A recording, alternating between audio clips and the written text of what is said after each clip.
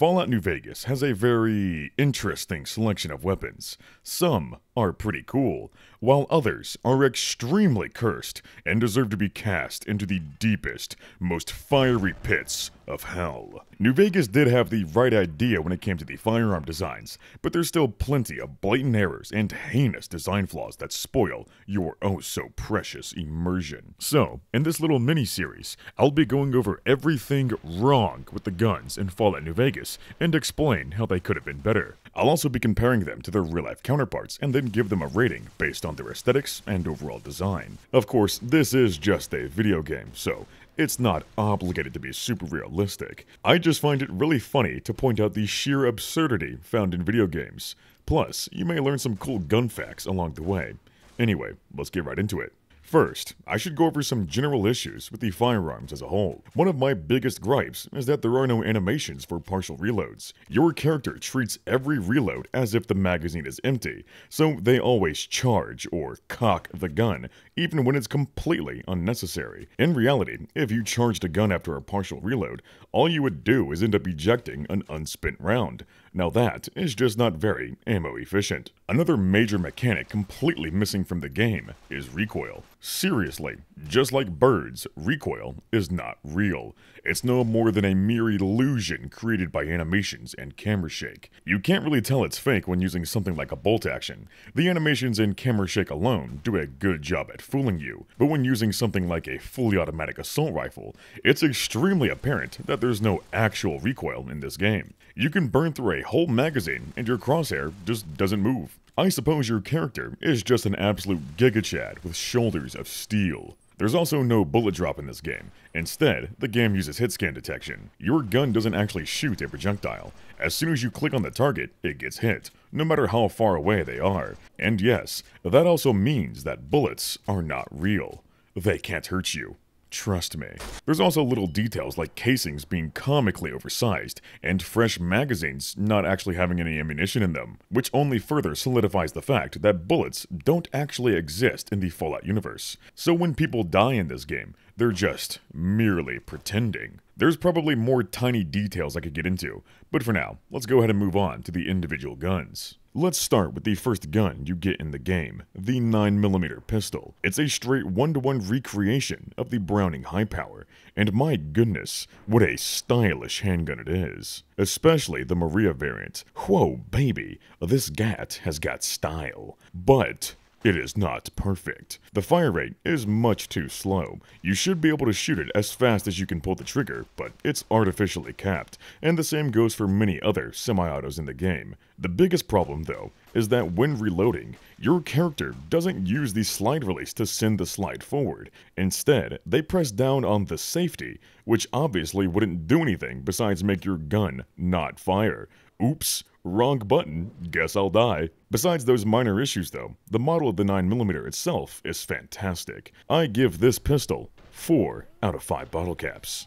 Now, for the High Power's big brother, the M1911, or as it's called in-game, the 45 Auto Pistol. As we all know, you can't go wrong with the good old 1911, and I'm glad to say this in-game model is absolutely flawless. It does reuse animations from the 9mm pistol though, so that means your character doesn't know how to reload it properly. But I suppose that's okay, because the 1911 can always be used as a weapon, even when completely empty. Besides that, the fire rate on this one is even slower than the 9mm, which makes it feel very sluggish to use. But it does hit pretty hard. As the boomers always like to say, 9mm kills the body, but 45 kills the soul. And something else about 2 World Wars. Anyway, I suppose it's a game balancing thing, but still, they should have just increased the fire rate on both of those guns. Overall though, the 45 pistol is pretty good, so it easily gets a score of 4 bottle caps. Next up is a unique 45 pistol called a Light Shining in Darkness, which is Joshua Graham's personal sidearm.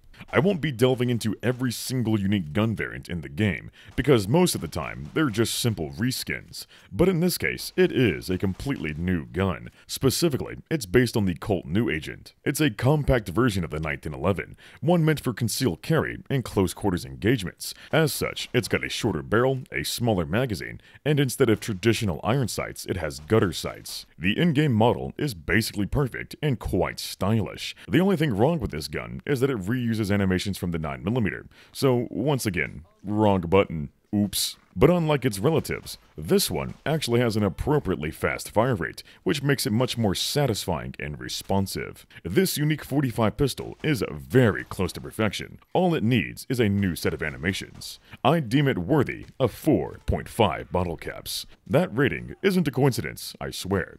If I rated it any lower, then Joshua Graham would blow out my kneecaps with the almighty 45 ACP. Let's continue with the wild card, the 12.7mm SMG. I don't even know where to start on this thing.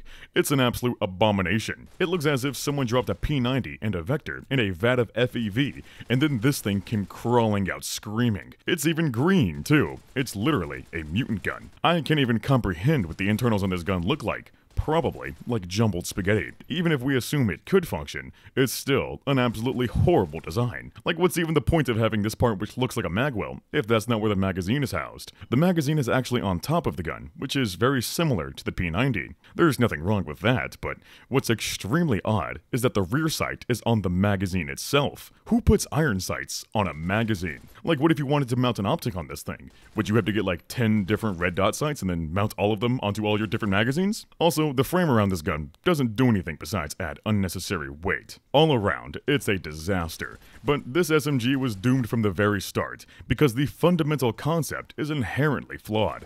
It's a compact submachine gun with no stock that's chambered in a 50 caliber cartridge. The recoil on this thing would be ridiculous. This SMG is extremely impractical and serves no purpose whatsoever. It should disassemble itself. Now, 0 out of 5 bottle caps for this one. It's so ugly and unimmersive that I never use it. And I don't know why the developers decided to go with this goofy P90 knockoff when the real P90 itself was already present in previous games. In the same vein is the 12.7mm pistol. It's got an alien look to it too, and it doesn't resemble any gun from real life. The only gun you can possibly compare it to is the Desert Eagle, seeing as they're both 50 caliber pistols with 7-round magazines. But that is where the similarities end. If anything, the 12.7mm pistol looks most like a Nerf gun, especially with that goofy charging handle. Like, that's literally something you would see on a Nerf blaster. What's really stupid though, is that your character never operates the charging handle. This gun reuses animations from the 9mm, so your character presses down on a non-existent slide release. Or, excuse me, I mean safety. All around, it's an odd pistol, especially since it doesn't have a moving slide. Rather, it has that reciprocating bolt and charging handle, and the ejection port is right next to the grip instead of where the slide would be. Just like the 12.7 SMG, this gun is so ugly that I never use it, but I suppose it seems more functional than its SMG counterpart. Probably. I actually don't know if this design would work in real life, but I'll give it 1 bottle cap because I don't hate it quite as much as the SMG. And besides, if the devs really wanted a 50 caliber pistol, then they should have just went with the iconic Desert Eagle, especially since it was already present in previous games. Let's get back to reality for a bit with the 9mm SMG. It's based on the M3 grease gun, and the gun itself is a very solid representation. There's not much wrong with it, but it does have several differences from the real-life M3.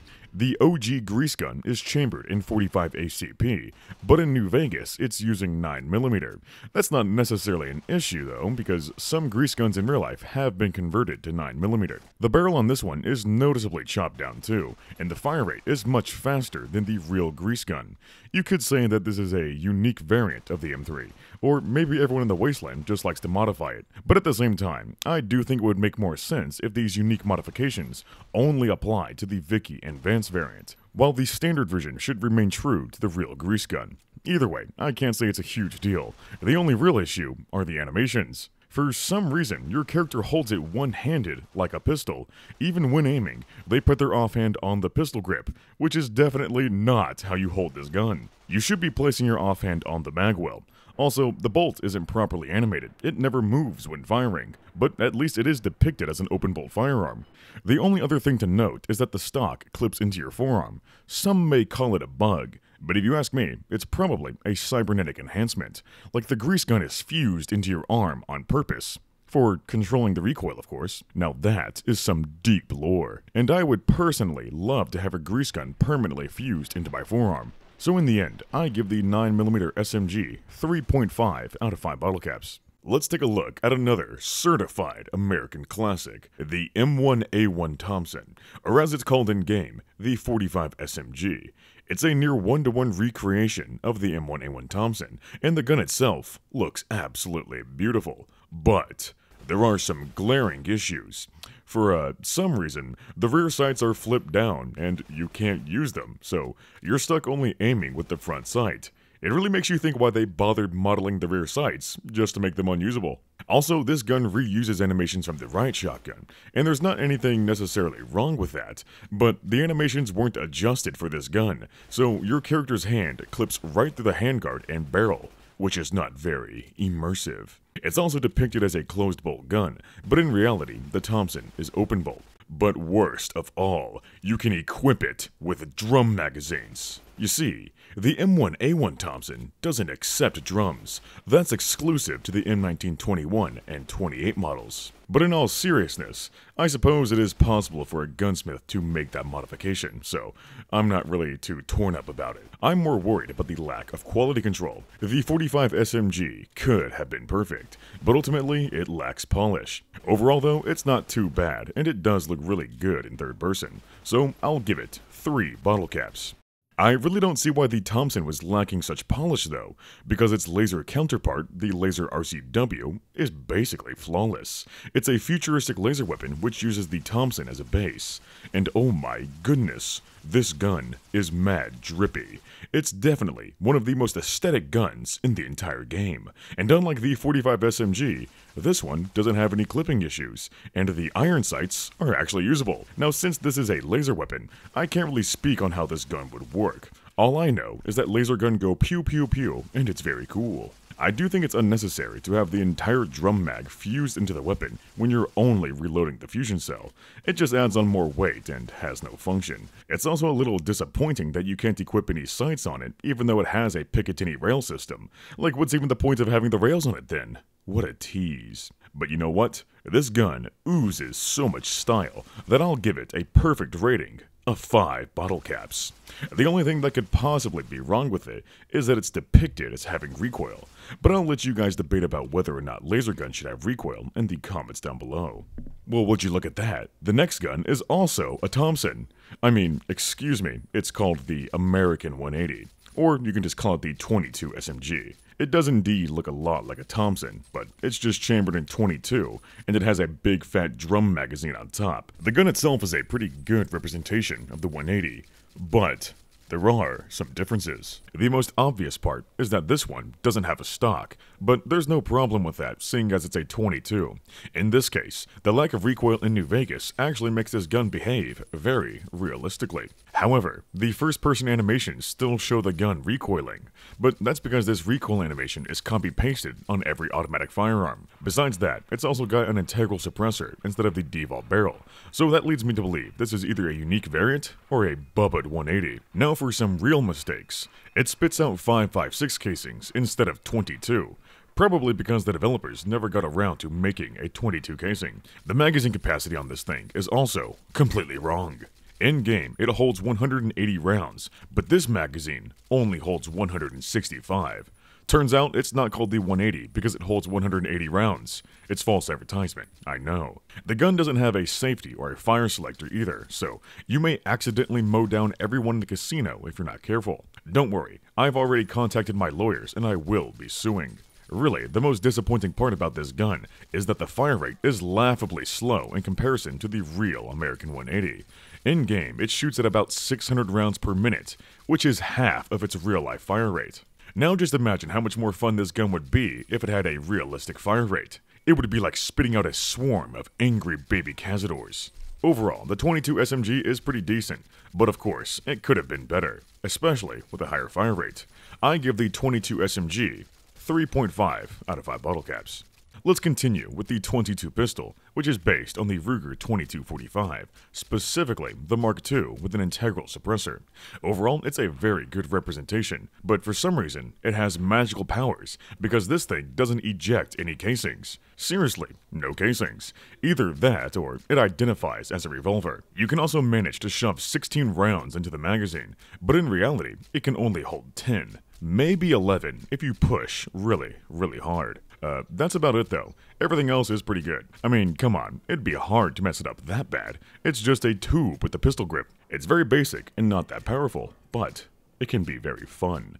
I think it's really funny to assassinate people with it in the middle of a casino, and they just have no clue what happened to them because it's so quiet. Seeing as it's in New Vegas, the bystanders probably assume that they just simply died from a drug overdose. Very realistic if you ask me. I give the 22 pistol 3.5 out of 5 bottle caps.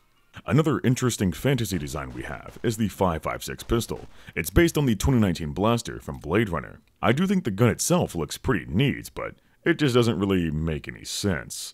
The prop itself used in the movie was actually a .44 Bulldog revolver with a bunch of extra junk added on top of it to make it look like a semi-auto pistol. In New Vegas though, it stays more true to its revolver form, so it does have a cylinder that swings out. Since it's all futuristic and such, it automatically flips out and ejects the casings by itself. Seems legit. But the main issue with this one is that it's chambered in 5.56, which is not meant to be used in revolvers. Why?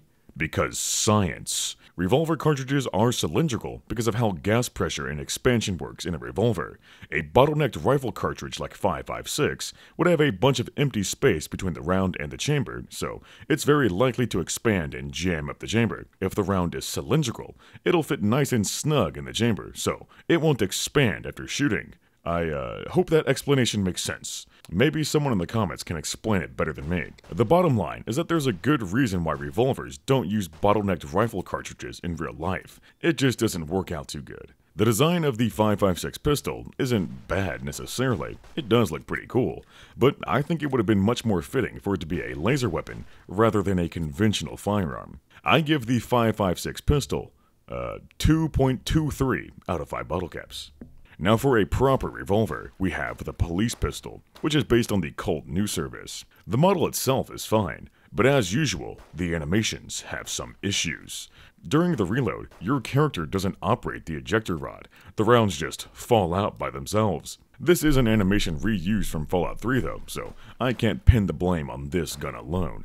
The only thing specifically wrong with this revolver is that your character always operates it in single action, despite it being a double action revolver.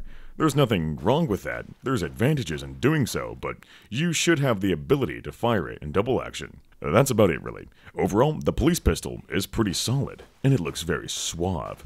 I say it's worthy of 4 bottle caps. At this point, some of y'all may be wondering where guns like the 10mm pistol or the .44 Magnum are. Don't worry, I haven't forgotten about them, but seeing as they are reused assets from Fallout 3, I'll save all of those guns for a Fallout 3 video specifically.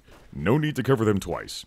So, if there's any lobotomites in the comment section asking about it, please reply to them with a timestamp of this point in the video. Anyway, let's get back to the guns made by Obsidian. For a true single-action revolver, we have the Colt Single Action Army, also known as the Peacemaker, also known as the Big Iron, or as it's simply called in-game, the .357 Magnum. The model itself is basically perfect, and the unique variant called Lucky is very sexy. The only issue with this gun are the animations. The reload in particular is completely wrong. First, your character doesn't set the hammer to half cock, which is required to make the cylinder rotate freely. Then it showcases the player rotating the cylinder counterclockwise, when in reality, this revolver only turns clockwise. If you tried doing it the other way, it just wouldn't budge. And if it did, then congratulations, you just broke the revolver. Your character is also insanely quick with the reload. My boy seriously looks like he just chugged a whole damn speed cola. Perhaps a master gunslinger could fiddle with it that quickly, but surely not a beginner. Since this revolver has a gun skill requirement of 0, the speedy reload doesn't really make sense. But from a gameplay perspective, I can see why the developers simplified the reload. Otherwise, you'd be shot dead trying to reload this damn thing. So overall, the .357 is pretty good, but it would have been perfect if they made the reload more accurate while still being convenient. 4 out of 5 bottle caps for this one. Now, let's move on to the even bigger iron, nay, the massive steel, the gargantuan titanium I like to call it, or, as it's called in-game, the hunting revolver. This oversized alloy is based on the Magnum BFR, chambered in 4570. At first glance, it looks like a faithful recreation, but there is one massive difference between the real-life gun and its in-game counterpart. The real-life BFR is basically just an embiggened version of the Colt single-action, so it's a single-action revolver. The hunting revolver in New Vegas, though, is a double-action revolver with a swing-out cylinder. It's technically wrong, but it's not necessarily a bad design. You could consider it an upgrade due to its higher rate of fire and faster reload, and you could always opt to fire it in single action anyway, but there's no choice to do that in-game, so good luck trying to shoot a double action 4570 with one hand. You'd have to be a gunslinging master to do that without looking like an idiot. But in this case, the developers did take that into consideration though, so you need 75 in the gun skill to use it properly. The only thing truly wrong with this revolver is that it reuses the typical revolver animation, so your character doesn't use the ejector rod when reloading. The scope mount is also different. In real life, it uses a modern rail mounting system for optics, but in-game, it's bolted directly onto the frame. Other than that, it's solid, and I won't knock off points simply because it's different from its real-life counterpart. Perhaps this is a post-war NCR reproduction, seeing as they give the custom-made Ranger Sequoia to their veteran Rangers. And my goodness, this gun is mad sexy. The engravings may provide no tactical advantage whatsoever, but it does provide you with style points and the ability to flex on your enemies. It's easily the most badass handgun in the entire game. I give the hunting revolver 4.5 out of 5 bottle caps. All it needs is a new reload animation to make it perfect. So as a whole, the pistols and SMGs in New Vegas are pretty good, with only a couple of big stinkers. But you may also be wondering, how well do the rifles and shotguns hold up? Well, I guess you'll just have to find out on the next episode of Everything Wrong with the Guns in Fallout New Vegas. No, but seriously, I tried making this into a single video, but it would easily be over a whole hour long, and my brain simply can't handle that much firearms cringe all at once. I'm actually in the hospital right now because I had a brain aneurysm due to the excessive amount of immersion-breaking errors. So please allow me a few more days to recover and to make part 2. Subscribe to my OnlyFans for early access.